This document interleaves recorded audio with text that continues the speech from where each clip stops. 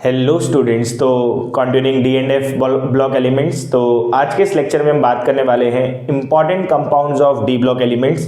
तो चलिए शुरू करते हैं। तो हेडिंग डालेंगे इंपॉर्टेंट कंपाउंड्स ऑफ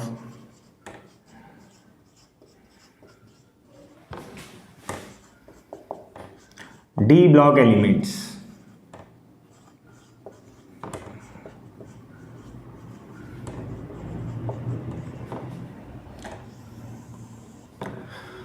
तो डी ब्लॉक एलिमेंट्स में हम बेसिकली दो इंपॉर्टेंट कंपाउंड्स को स्टडी करते हैं जिनका नाम है potassium dichromate and potassium permanganate.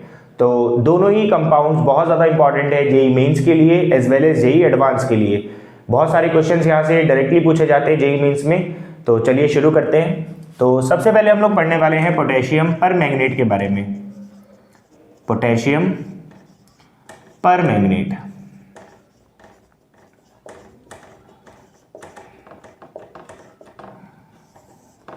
That is KMnO4 और ये बहुत अच्छा एक ऑक्सीडाइजिंग एजेंट है। तो सबसे पहले हमें बात करनी है how to prepare potassium permanganate. और एक बहुत इंपॉर्टेंट क्वेश्चन है बोर्ड्स के लिए भी और बहुत सारी रिएक्शंस पूछी जाती हैं जेई मेंस में। तो प्रिपरेशन,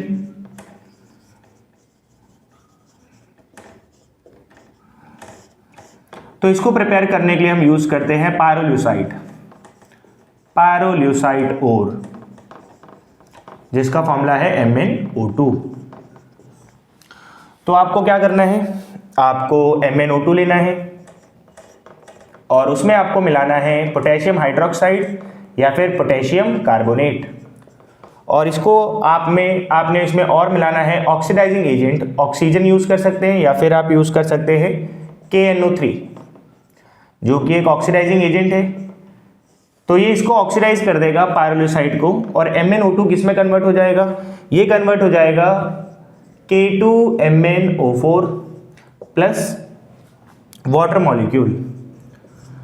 तो यहाँ पर आप देख सकते हैं जो मैंगनीज था वो +4 ऑक्सीडेशन स्टेट में था और यहाँ पर मैंगनीज +6 ऑक्सीडेशन स्टेट में आ चुका है।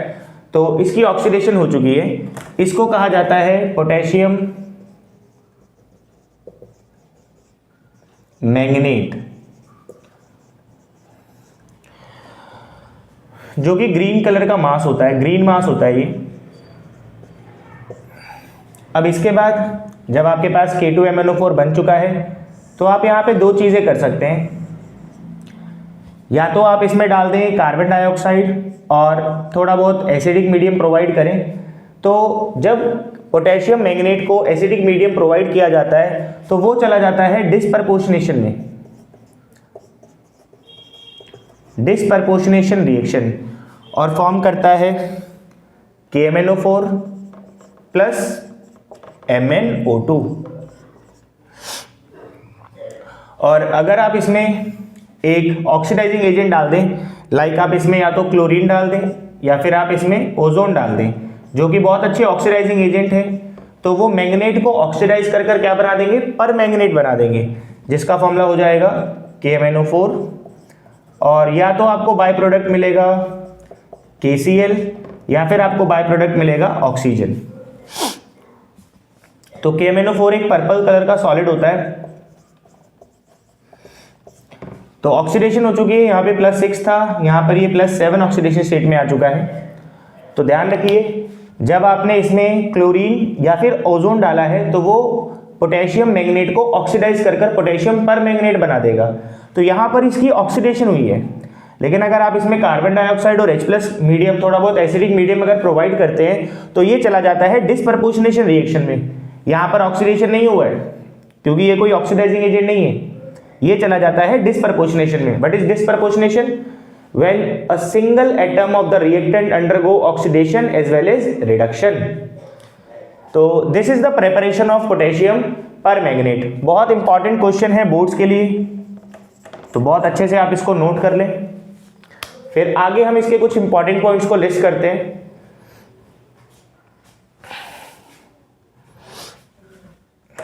सो नेक्स्ट पॉइंट है हमारे पास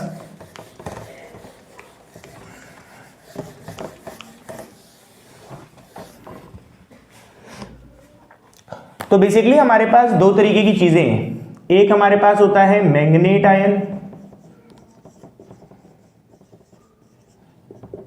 जिसका फॉर्मूला होता है MnO4 2-, और एक होता है हमारे पास पर मैंगनेट आयन।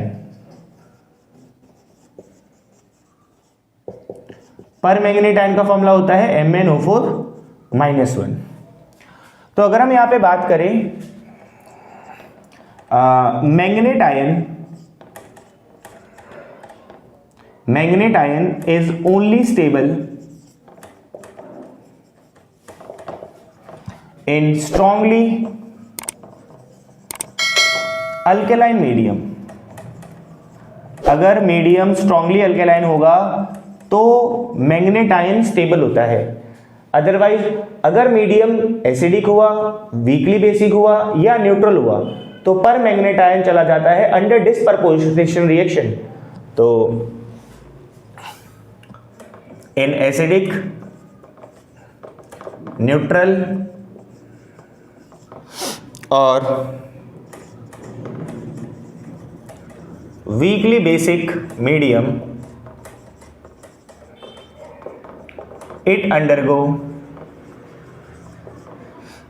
disproportionation reaction।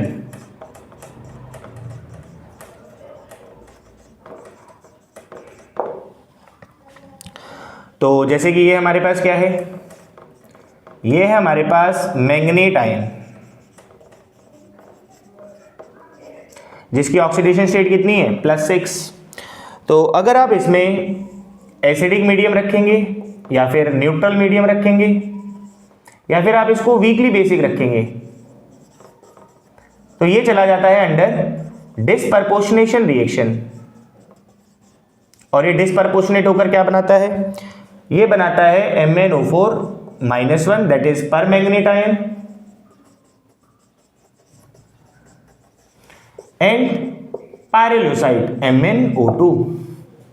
एक बहुत इंपॉर्टेंट रिएक्शन है ये कि मैंगनेट आयन डिस्प्रपोर्शनेट होकर क्या फॉर्म करता है। तो मैंगनेट आयन डिस्प्रपोर्शनेट होकर फॉर्म करता है पर manganate ion as well as MnO2। Note कर ले इस बात को।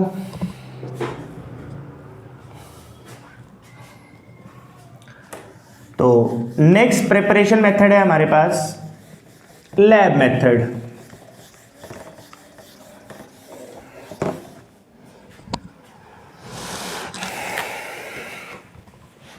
सेकेंड मेथड है हमारे पास इंपॉर्टेंट मेथड ऑफ प्रिपरेशन में लैब मेथड। तो क्या होता है लैब मेथड में, मैंगनीज सॉल्ट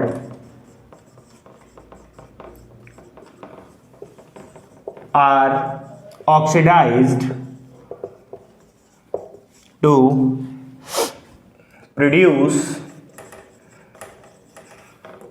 permanganate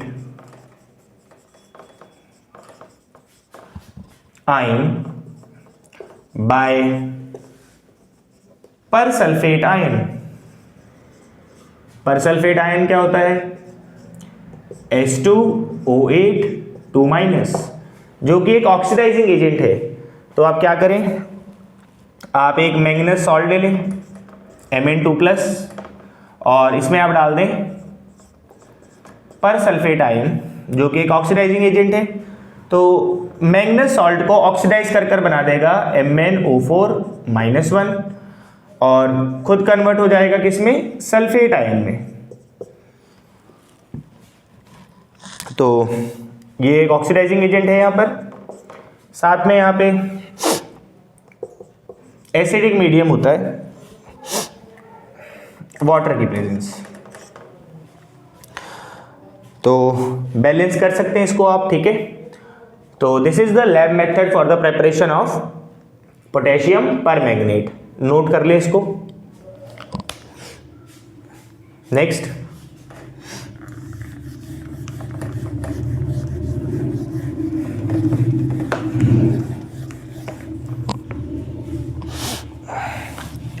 नेक्स्ट है हमारे पास third method that is commercial method.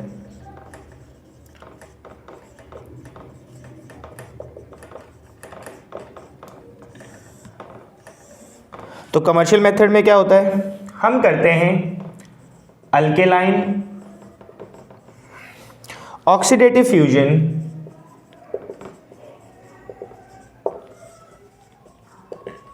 of MnO2 followed by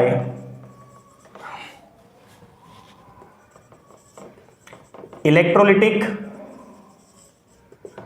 oxidation of manganate ion. तो सबसे पहले हमें क्या करना है, हमें पैरेलुसाइड का ऑक्सीडेशन करवाना है। तो MnO2, इसमें क्या मिला लें आप, KOH या फिर K2CO3, और इसमें आप डाल दें ऑक्सीडाइजिंग एजेंट ऑक्सीजन ले लें या फिर KNO3। ये क्या बना देगा, ये आपको बनाकर देगा KMnO4 K2MnO4, that is called potassium manganate. और साथ में कुछ बाय प्रोडक्ट्स आएंगे जैसे कि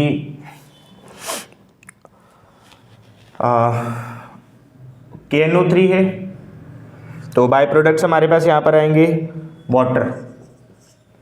अब आपको क्या करना है, ये जो आपके पास ग्रीन मास बना है, इस ग्रीन मास की आपने क्या करनी है, इलेक्ट्रोलिसिस करनी है। तो जब आप इसकी इलेक्ट्रोलिसिस करेंगे then you will get KMnO4 and hydrogen gas. KMnO4 बनता है एनोड पर और हाइड्रोजन गैस बनती है कैथोड पर। तो क्या किया हमने यहाँ पे, सबसे पहले हमने पैरेलुसाइड का क्या किया है, अल्केलाइन ऑक्सीडेशन करवाया है, जिससे जो पोटेशियम जो पैरेलुसाइड है वो किस में कन्वर्ट हो जाएगा, पोटेशियम मैंगनेट में। फिर हमने उसका किया है इलेक्ट्रोलिसिस, और जब इसमें इलेक्ट्रिसिटी पास की जाती है तो ये कन्वर्ट हो जाता है किसमें, KMnO4 में और हाइड्रोजन में। KMnO4 बनता है एनोड पर और हाइड्रोजन गैस बनती है कैथोड के ऊपर। तो यहाँ पर ऑक्सीडेशन हुआ है, इसलिए इसको क्या कहा जाता है, इलेक्ट्रोलिटिक ऑक्सीडेशन, क्योंकि यहाँ पर जो हमारा पोटेशियम मैंगनेट है वो +6 से किस में गया है, +7 में गया है। So this is another method to prepare potassium permanganate. Note it down.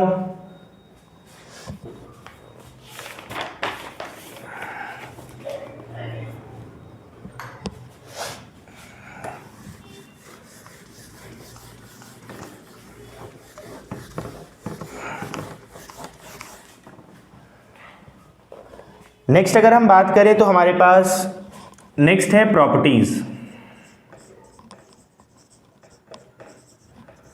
तो प्रॉपर्टीज में सबसे पहले है हमारे पास, एक होता है हमारे पास मैंगनेट आयन और एक होता है हमारे पास परमैंगनेट आयन। तो पहले आपको इसके बारे में पता होना चाहिए। तो अगर आप मैंगनेट आयन की बात करें, मैंगनेट आयन, और ये क्या है, परमैंगनेट आयन।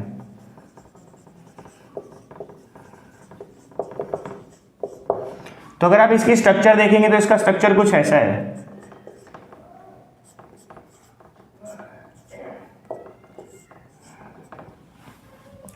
और परमैंगनेट आयन का स्ट्रक्चर कुछ ऐसा है।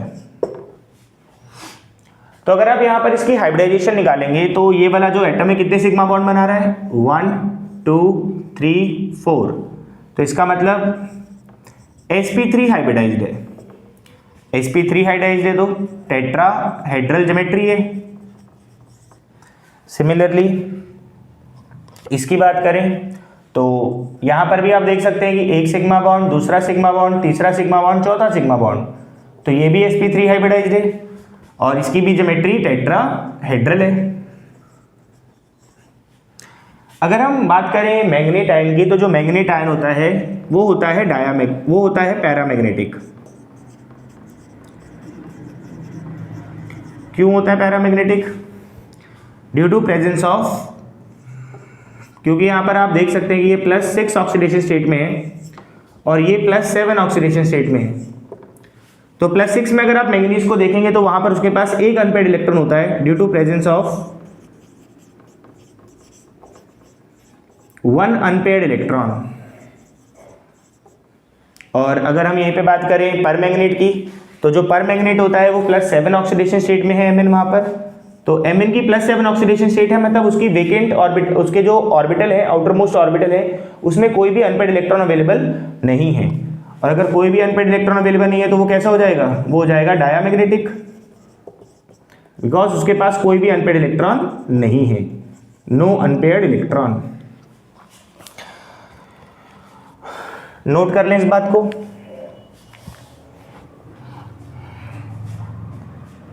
तो ये है हमारे पास point number 1 about manganate and permanganate ion.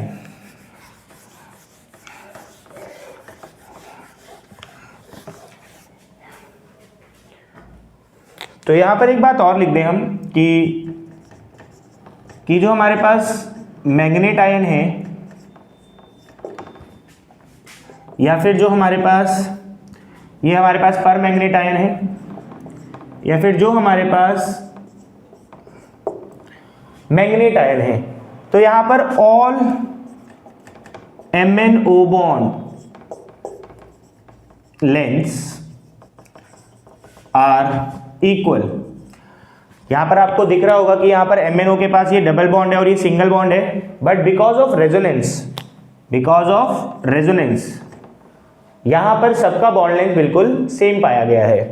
तो all MnO bond lengths are equal in manganate ion and permanganate ion because of resonating structure, क्योंकि यहां पर रेजोनेंस है और रेजोनेंस की वजह से जो बॉन्ड लेंथ है वो सेम पाया गया है। तो ये भी एक इंपॉर्टेंट पॉइंट है इसका। तो कितने MnO बॉन्ड है यहाँ पे, 1 2 3 4 MnO bonds length are same because of resonance, क्योंकि हर रेजोनेंस की वजह से हर किसी के पास पार्शियल डबल बॉन्ड करेक्टर होगा, और सबके पास अगर same partial double bond character है तो सबकी बॉन्ड लेंथ भी सेम होगी।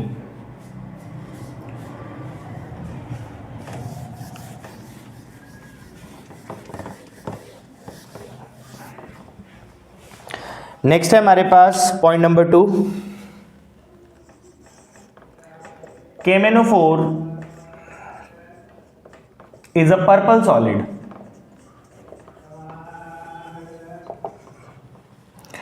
और अगर आप पोटेशियम परमैंगनेट को क्या करते हैं, हीट करते हैं, very very very important reaction. तो अगर आप KMnO4 को हीट करते हैं एट 513 केल्विन, तो it decompose to form K2MnO4 plus MnO2 plus oxygen gas. Very very very important reaction. Next point number 3, reaction with concentrated H2SO4। अगर आप KMnO4 को सल्फ्यूरिक एसिड के साथ रिएक्ट करते हैं तो क्या होगा, तो when potassium permanganate is treated with H2SO4 it form an explosive known as Mn2O7। तो एक्सप्लोजिव Mn2O7 is formed। तो अगर आप KMnO4 को H2SO4 के साथ रिएक्ट करते हैं तो ये इसके साथ रिएक्ट होकर बनाता है Mn2O7 जो कि एक एक्सप्लोजिव है, और साथ में निकलता है potassium bisulphate plus water molecule. H2SO4 यहाँ पे कंसंट्रेटेड होना चाहिए और पोटेशियम पर मैंगनेट आप लेते हैं एक्सेस में। तो नोट कर लें इस बात को।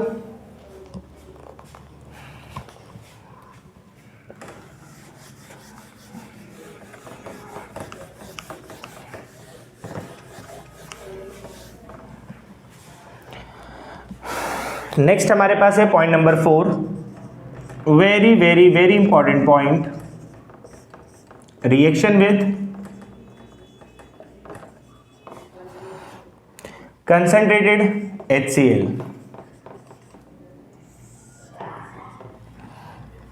तो जब KMnO4 को रिएक्ट करवाया जाता है किसके साथ, HCl के साथ, कंसनट्रेटेड HCl के साथ, तो बेसिकली आप जानते हैं कि जो KMnO4 है वो क्या है, वो एक ऑक्सीडाइजिंग एजेंट है और HCl यहाँ पर एक रिड्यूसिंग एजेंट की तरह बिहेव करता है। तो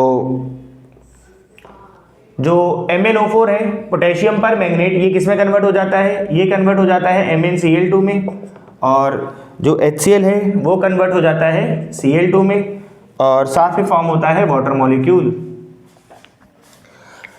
तो जो KMnO4 है वो एक स्ट्रॉन्ग ऑक्सीडाइजिंग एजेंट है और HCl यहाँ पे बिहेव करता है एक रिड्यूसिंग एजेंट की तरह। तो ये इसको ऑक्सीडाइज कर देगा और ऑक्सीडाइज करके Cl माइनस आयन किस में कन्वर्ट हो जाएगा, Cl2 में। HCl की जब ऑक्सीडेशन होती है तो HCl किस में कन्वर्ट हो जाता है, Cl2 में, और MnO4 माइनस पर मैग्नेट आयन जब ऑक्सीडाइज होगा, अगर ये रिड्यूसिंग एजेंट है तो ये इसको रिड्यूस कर रहा है, और जब पर मैग्नेट आयन रिड्यूस होता है तो किस में कन्वर्ट हो जाता है, Mn2+ आयन में। तो ये एक इंपॉर्टेंट रिएक्शन एग्जाम के लिए। तो जब भी हम क्वांटिटेटिव एनालिसिस करते हैं तो कभी भी हम कॉन्सेंट्रेटेड HCl का यूज नहीं करते KMnO4 के साथ, क्योंकि KMnO4 एक ऑक्सीडाइजिंग एजेंट है और HCl एक रिड्यूसिंग एजेंट है, तो ये आपस में रिएक्ट कर जाते हैं और प्रोडक्ट कुछ और ही बना बैठते हैं। तो जब भी हमें क्वांटिटेटिव एनालिसिस करना होता है और हमें अगर सॉल्यूशन को एसिडिक करना है, और अगर आप वहाँ पे पोटेशियम पर मैग्नेट का यूज कर रहे हैं, तो सॉल्यूशन को एसिडिक करने के लिए आप HCl का यूज नहीं करते, आप किसका यूज करते हैं, H2SO4 का यूज करते हैं, क्योंकि being a good reducing agent it will reduce the potassium permanganate into Mn2+ ion and itself get converted into Cl2। तो इस पॉइंट को हम लिखेंगे यहाँ पे, while using KMnO4 as oxidizing agent in quantitative analysis,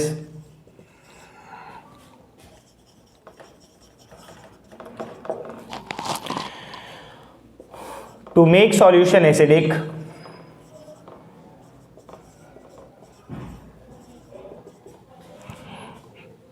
H2SO4 is preferred।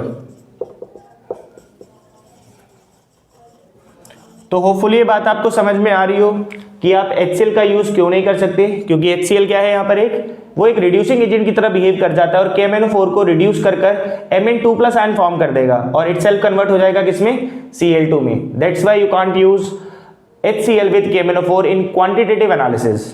तो एक important point है, अच्छे से नोट करें इसको। नेक्स्ट,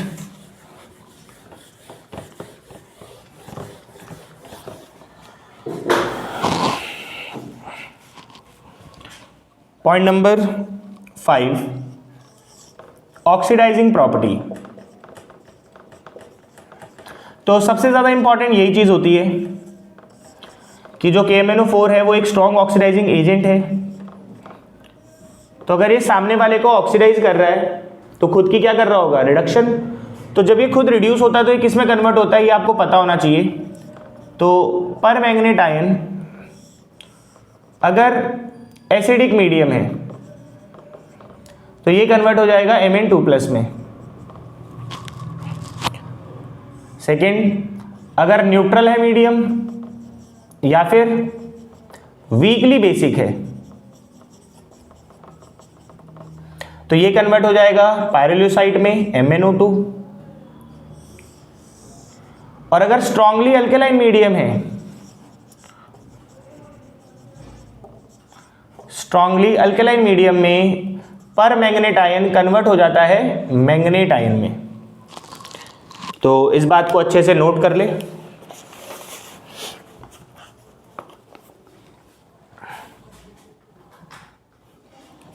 नेक्स्ट, तो अगर इसकी ऑक्सीडाइजिंग प्रॉपर्टी है तो ये सामने वाले को ऑक्सीडाइज कर कर बनाएगा क्या, तो ये भी आपको पता होना चाहिए। तो जैसे इन एसिडिक मीडियम खुद पर मैग्नेट आयन किस में कन्वर्ट हो जाएगा, ये कन्वर्ट हो जाएगा Mn2+ में, और ये कन्वर्ट कर देगा ऑक्सलेट आयन को किस में, ऑक्सीडाइज करके क्या बना देगा, कार्बन डाइऑक्साइड। सल्फाइड आयन को कन्वर्ट कर देगा सल्फर में। नाइट्राइट आयन को ऑक्सीडाइज कर क्या बनाएगा, नाइट्रेट आयन। आयोडाइड आयन को ऑक्सीडाइज करके क्या बनाएगा, आयोडीन। Fe2+ फेरस को कन्वर्ट कर देगा ऑक्सीडाइज करके फेरिक आयन में, और स्टेनस को कन्वर्ट कर देगा स्टेनिक आयन में। तो ये कुछ कन्वर्जन्स हैं जो पर मैग्नेट आयन ऑक्सीडाइज करता है किसको, ऑक्सलेट को कार्बन डाइऑक्साइड में, सल्फाइड को सल्फर में, नाइट्राइट को नाइट्रेट में, आयोडाइड आयन को आयोडीन में, फेरस को फेरिक में, स्टेनस को स्टेनिक में। तो बेसिकली आपको क्वेश्चन पेपर में इसका देखने को मिलता है। तो कैसा क्वेश्चन आएगा आपको, एग्जाम्पल के तौर पे जैसे आपको दिया गया है I- और MnO4-1 एसिडिक मीडियम। आपसे ये पूछा जाता है कि 1 मोल I- को ऑक्सीडाइज करने के लिए कितने मोल KMnO4 के यूज होने वाले हैं। तो पहले आप इस रिएक्शन को बैलेंस करेंगे।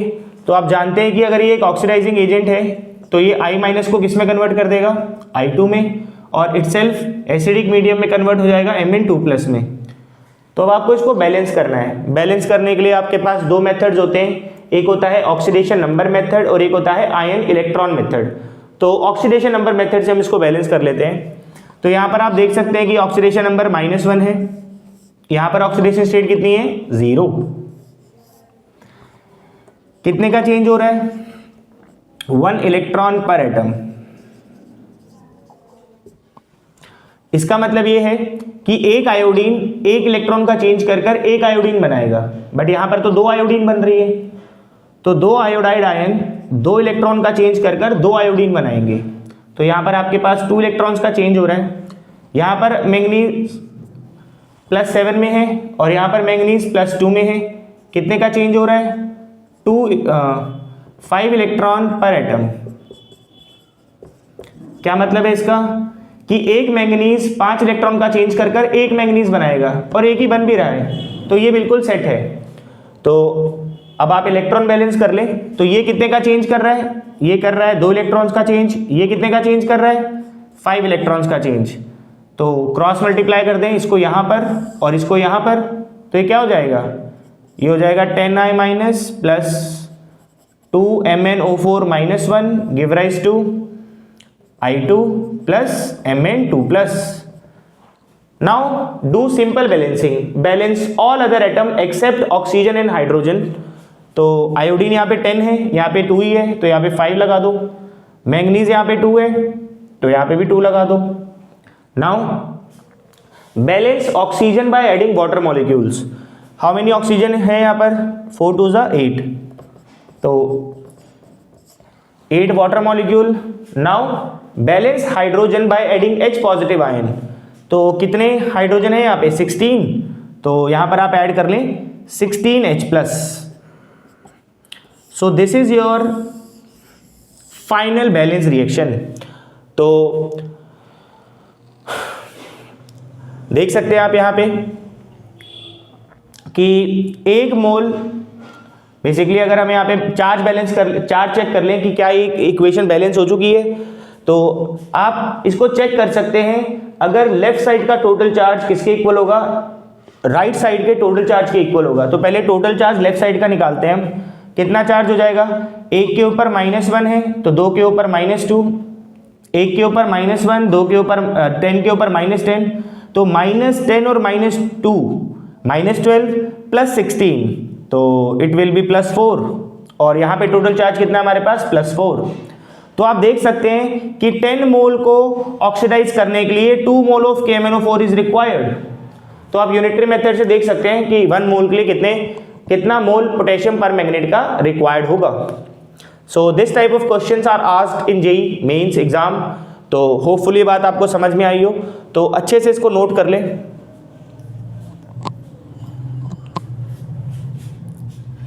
नेक्स्ट है हमारे पास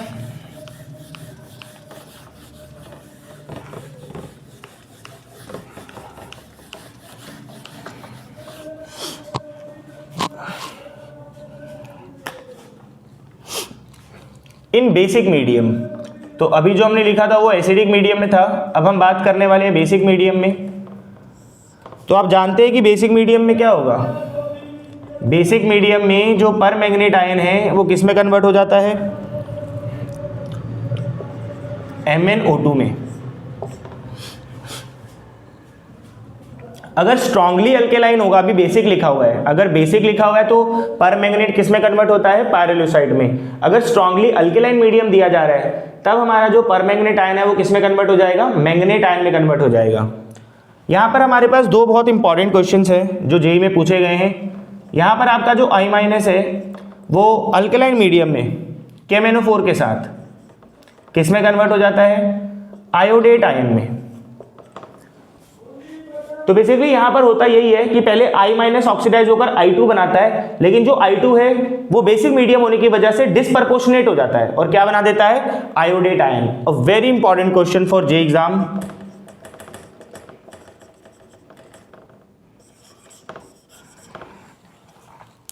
और H2O3 नेगेटिव कन्वर्ट हो जाता है सल्फेट आयन में, तो ये भी इंपॉर्टेंट है। तो ये दो बातें आपने ध्यान में रखनी है कि अगर बेसिक मीडियम में आपको KMnO4 दिया जा रहा है तो जो I- है वो I2 में कन्वर्ट नहीं होगा, वो कन्वर्ट हो जाएगा आयोडेट आयन में। जो आपका थायोसल्फेट आयन है वो किस में कन्वर्ट हो जाएगा, सल्फेट आयन में। Very very very important.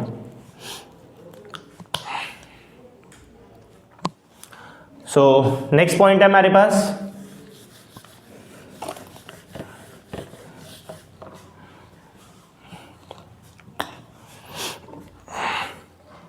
Point number 5, it oxidize manganous salt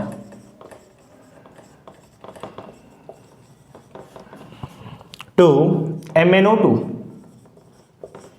very very very important. अगर आप कोई मैंगनीज का सॉल्ट लेते हैं और आप उसमें पर मैंगनेट डालते हैं तो ये उसको किस में कन्वर्ट कर देगा, in the presence of zinc oxide as catalyst और जिंक सल्फेट, वाटर की प्रेजेंस में ये इसको कन्वर्ट कर देगा किसमें, MnO2 में। और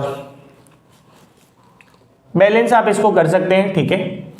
तो अगर आपको मैंगनीज सॉल्ट दिया जा रहा है तो पर मैंगनेट इसको किस में ऑक्सीडाइज कर देगा, MnO2 में। Next we have uses of KMnO4. Point number 1, it is used as oxidizing agent. It is used as oxidizing agent in lab. Point number 2, it is used as bleaching agent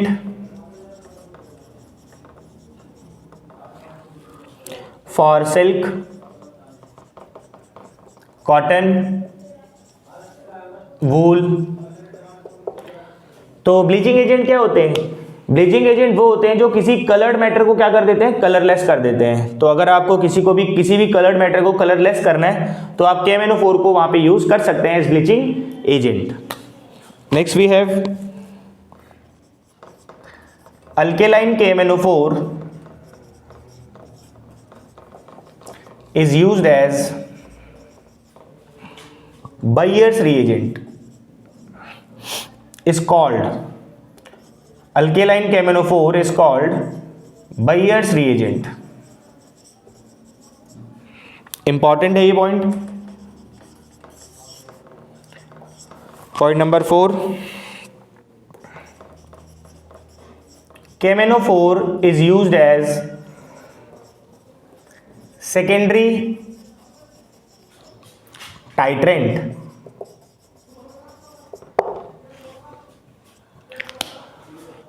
titration वगैरह में आप KMnO4 का use करते हैं। So this is all about potassium पर magnet. तो अब हम बात करने वाले हैं सेकेंड इंपॉर्टेंट कंपाउंड के बारे में जिसका नाम है पोटेशियम डाइक्रोमेट। तो चलिए शुरू करते हैं।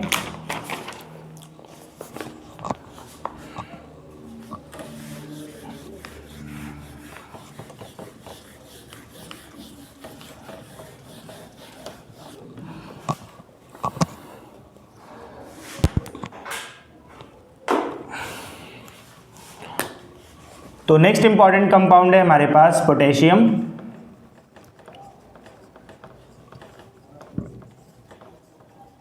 डाइक्रोमेट, जिसका फॉर्मूला है K2Cr2O7। तो ये प्रिपेयर किया जाता है फ्रॉम क्रोमाइट ओर।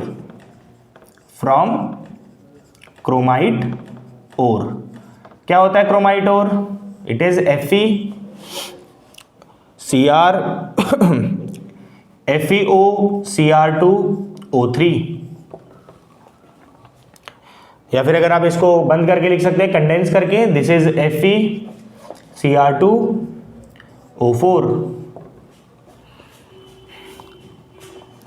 FeCrO4, तो इसको कहा जाता है क्रोमाइट ओर। तो आपने कैसे बनाना है क्रोमाइट ओर से? तो सबसे पहले जो क्रोमाइट ओर होगा FeCrO4, इसमें आप डालते हैं सोडियम कार्बोनेट और इसमें डालते हैं ऑक्सीडाइजिंग एजेंट ऑक्सीजन। तो ये इसको कन्वर्ट कर देगा, क्रोमाइट ओर को किस में कन्वर्ट कर देगा? ये क्रोमाइट ओर को कन्वर्ट कर देता है सोडियम क्रोमेट में। Sodium chromate is Na2CrO4, sodium chromate.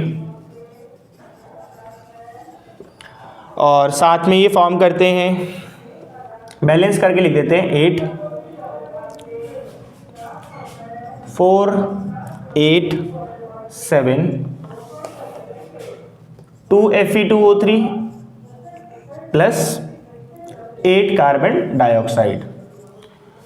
तो सबसे पहले आपने क्रोमाइट ओर लेना है। क्रोमाइट ओर में आपने क्या मिलाना है? सोडियम कार्बोनेट, और उसमें क्या डालना है? ऑक्सीडाइजिंग एजेंट ऑक्सीजन, जिसकी वजह से जो हमारा क्रोमाइट ओर है वो किस में कन्वर्ट हो जाएगा? सोडियम क्रोमेट में कन्वर्ट हो जाएगा, दैट इज Na2CrO4, और साथ में बनता है Fe2O3 ferric oxide plus carbon dioxide. Now ये जो आपके पास सोडियम क्रोमेट बना है, आप इस सोडियम क्रोमेट का एसिडिफिकेशन कर दें, Na2CrO4, आप इसका एसिडिफिकेशन कर दें। एसिडिफिकेशन करने के लिए आप H2SO4 का यूज कर सकते हैं। ये येलो कलर का होता है जो हमारे पास सोडियम क्रोमेट होता है, और जब आप इसका एसिडिफिकेशन करते हैं, एसिडिफिकेशन करने पर ये जो हमारा क्रोमेट है ये कन्वर्ट हो जाता है डाइक्रोमेट में। जो हमारा सोडियम क्रोमेट है वो किस में कन्वर्ट हो जाता है एसिडिफिकेशन करने पर? सोडियम डाइक्रोमेट में। अब ये जो सोडियम डाइक्रोमेट होता है ये पानी में थोड़ा ज़्यादा डिजॉल्व हो रखा होता है, तो आप इसमें क्या डाल दें? KCl डाल दें। KCl डालेंगे तो क्या होगा? ये बनाएगा K2Cr2O7 प्लस NaCl। अभी जो K2Cr2O7 है इसी को कहा जाता है पोटेशियम डाइक्रोमेट। इसकी सॉल्युबिलिटी पानी में थोड़ी कम होती है, तो एक क्रिस्टल्स फॉर्म कर बाहर आ जाता है। और जो पोटेशियम डाइक्रोमेट होता है इसके ऑरेंज कलर के क्रिस्टल्स होते हैं। तो कैसे बनता है हमारे पास पोटेशियम डाइक्रोमेट? सबसे पहले आपने लेना है क्रोमाइट ओर, और क्रोमाइट ओर में आपने डालना है सोडियम कार्बोनेट, और उसकी करनी है oxidation with the help of oxygen, जिसकी वजह से जो क्रोमाइट ओर है वो किस में कन्वर्ट हो जाएगा? क्रोमेट ओर में कन्वर्ट हो जाएगा, जो कि येलो कलर का होता है। अब इस जो सोडियम क्रोमेट है इसका आपने एसिडिफिकेशन करना है। एसिडिफिकेशन करते हैं तो जो हमारा क्रोमेट ओर है वो कन्वर्ट हो जाता है डाइक्रोमेट में। अब ये पानी में बहुत ज़्यादा सॉल्युबल होता है, तो हम इसमें क्या करते हैं? इसमें KCl डाल देते हैं। KCl डालने से बनता है हमारे पास पोटेशियम डाइक्रोमेट, जिसकी सॉल्युबिलिटी पानी में थोड़ी कम होती है, तो ये ऑरेंज कलर के क्रिस्टल बना के सेपरेट आउट हो रहा होता है। That's how you get the potassium dichromate, as it is also used as oxidising agent. तो नोट करें पहले इसको।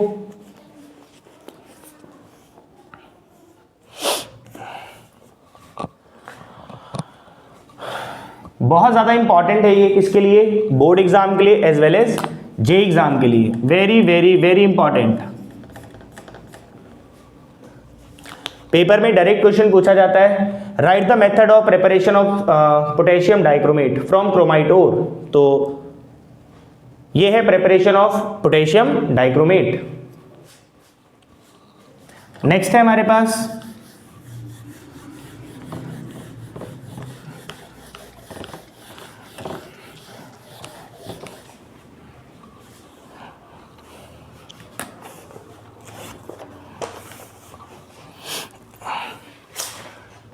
जो हमारे पास अभी बना था यहाँ पे क्रोमेट और जो कि येलो कलर का था, अगर आप इसका एसिडिफिकेशन करेंगे, एसिडिफिकेशन का मतलब अगर आप इसका पीएच क्या कर रहे हैं, अगर आप इसका पीएच डिक्रीज कर रहे हैं तो ये धीरे धीरे किस में कन्वर्ट हो जाता है, ये कन्वर्ट हो जाता है डाइक्रोमेट आयन में, जिसका कलर कैसा होता है, ऑरेंज। सिमिलरली अगर आप इसका उल्टा करेंगे, अगर आप डाइक्रोमेट आयन में बेसिक कैरेक्टर को इंक्रीज करेंगे, यानी कि अगर आप पीएच को बढ़ाएंगे तो ये क्या बनाएगा, yellow colour. Very very very important, कई बार ये जेईई में क्वेश्चन आया हुआ है, तो याद रखें अगर आप क्रोमेट का एसिडिफिकेशन कर रहे हैं तो yellow colour changes to orange, और अगर आप डाइक्रोमेट का बेसिक कैरेक्टर इंक्रीज कर रहे हैं तो dichromate changes to chromate ion, that is from orange to yellow. Next we have properties.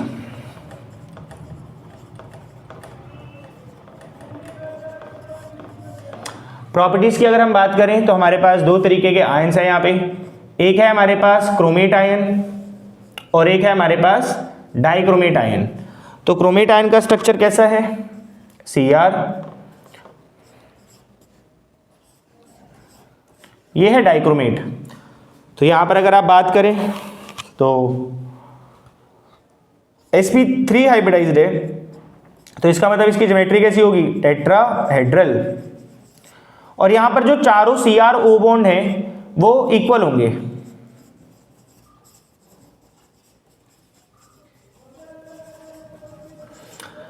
Chromate ion के जो चारों CrO बॉन्ड है वो इक्वल है because of resonating structures. Resonance stabilised है, रेजोनेंस की वजह से यहां पर पार्शियल डबल बॉन्ड करेक्टर होता है, जिसकी वजह से सारी बॉन्ड लेंथ क्या है, इक्वल है। यहीं पर अगर हम डाइक्रोमेट आयन की बात करें तो डाइक्रोमेट आयन का स्ट्रक्चर कुछ ऐसा है।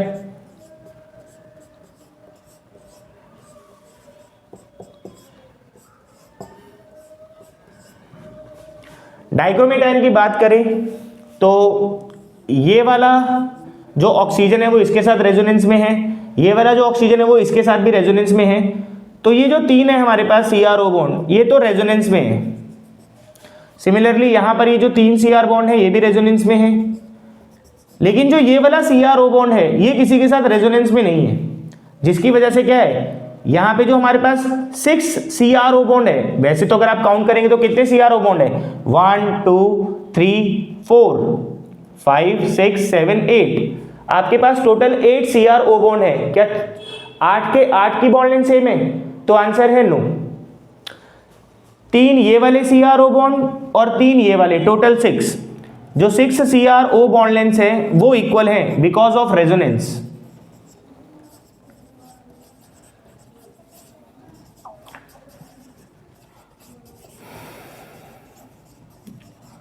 तो ये एक बहुत इंपॉर्टेंट क्वेश्चन है जो एग्जाम में पूछा गया है कि जो डाइक्रोमेट आयन होता है उसमें कितने CrO बॉन्ड लेंथ इक्वल होती है, तो आंसर है 6।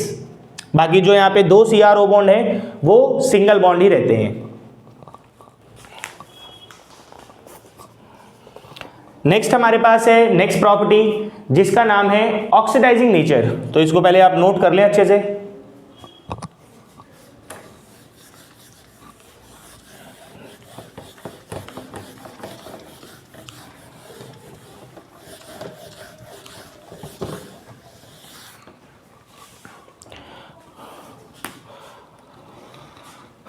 तो क्योंकि पोटेशियम डाइक्रोमेट एक ऑक्सीडाइजिंग एजेंट है, तो अगर एसिडिक मीडियम होगा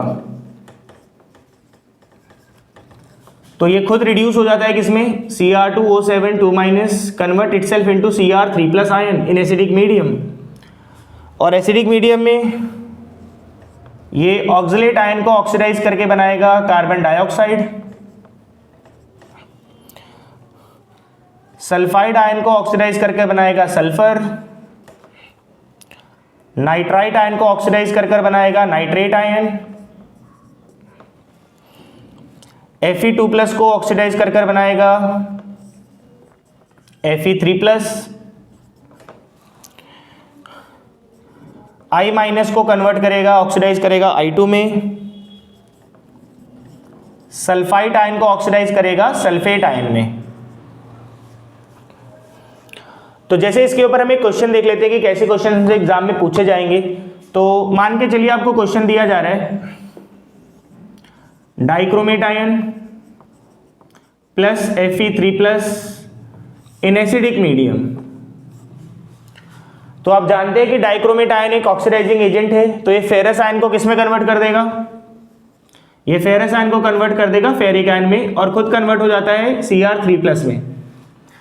तो आप इसको बैलेंस कर सकते हैं by using any of the method, balance method, that is oxidation number method और ion electron method. 2 minute, phone आ गया।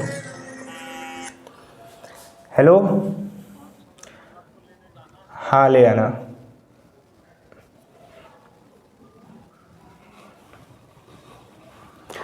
तो ऑक्सीडेशन नंबर मेथड से हम इसको बैलेंस कर लेते हैं। तो क्या है ऑक्सीडेशन स्टेट, यहाँ पर ऑक्सीडेशन स्टेट आएगी +6, यहाँ पर ऑक्सीडेशन स्टेट क्या है +3।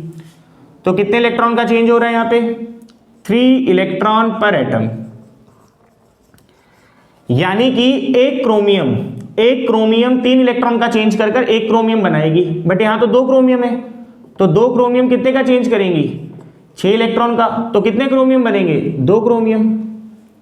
यहां पे कितने का चेंज आ रहा है, 1 इलेक्ट्रॉन पर एटम।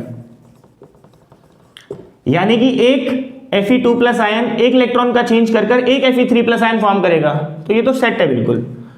अब आप बैलेंस करें ओवरऑल इलेक्ट्रॉन, तो यहां पर 6 इलेक्ट्रॉन्स का चेंज हो रहा है और यहां पर 1 इलेक्ट्रॉन का क्रॉस मल्टीप्लाई, ये यहां चला जाएगा और ये यहां चला जाएगा। तो ये हो जाएगा Cr2O7 2 6 Fe2+ give rise to Fe3+ plus 2 Cr3+. Now balance all other atom except oxygen and hydrogen. Now chromium is 2, iron is 6 कर दो यहाँ पे। Next step balance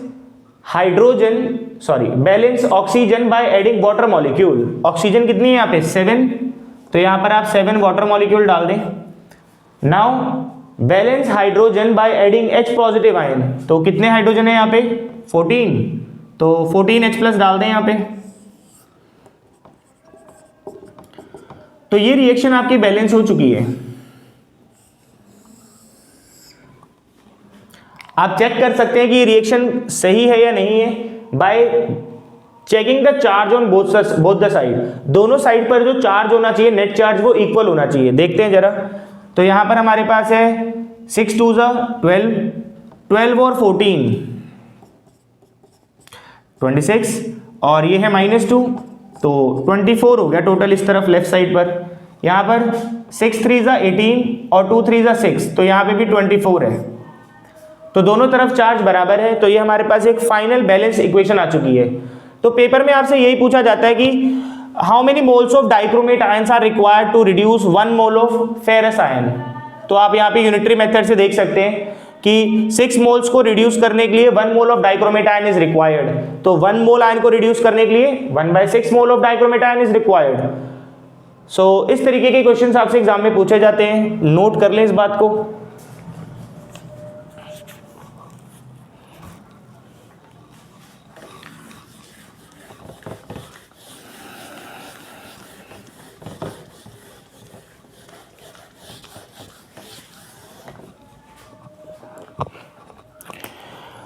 next property number 3, very important, that is heating effect.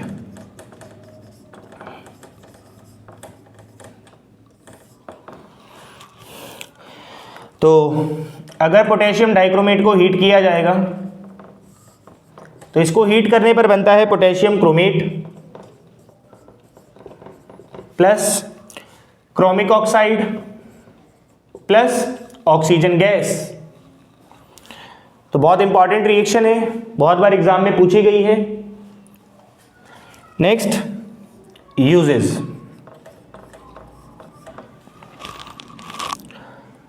पहला use है, it is used as oxidising agent in lab.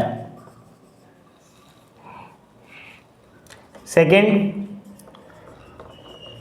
primary standard in volumetric analysis जब titrations वगैरह करते हैं तो डाइक्रोमेट को as a primary standard use किया जा सकता है। इन लेदर इंडस्ट्री,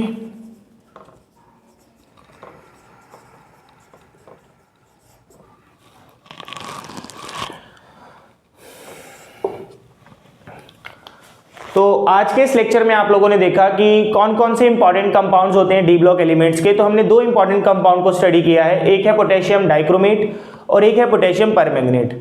तो आपको इनका ऑक्सीडाइजिंग नेचर पता होना चाहिए कि ये सामने वाले को जो ऑक्सीडाइज करते हैं तो कौन किस में कन्वर्ट होता है। इसी के ऊपर पेपर में क्वेश्चन पूछे जाते हैं। तो पहले आपको रिएक्शन को बैलेंस करना होता है, उसके बाद आप देख पाते हैं कि how many moles of oxidising agent are required to oxidise that particular ion. So that's it for now. Thank you.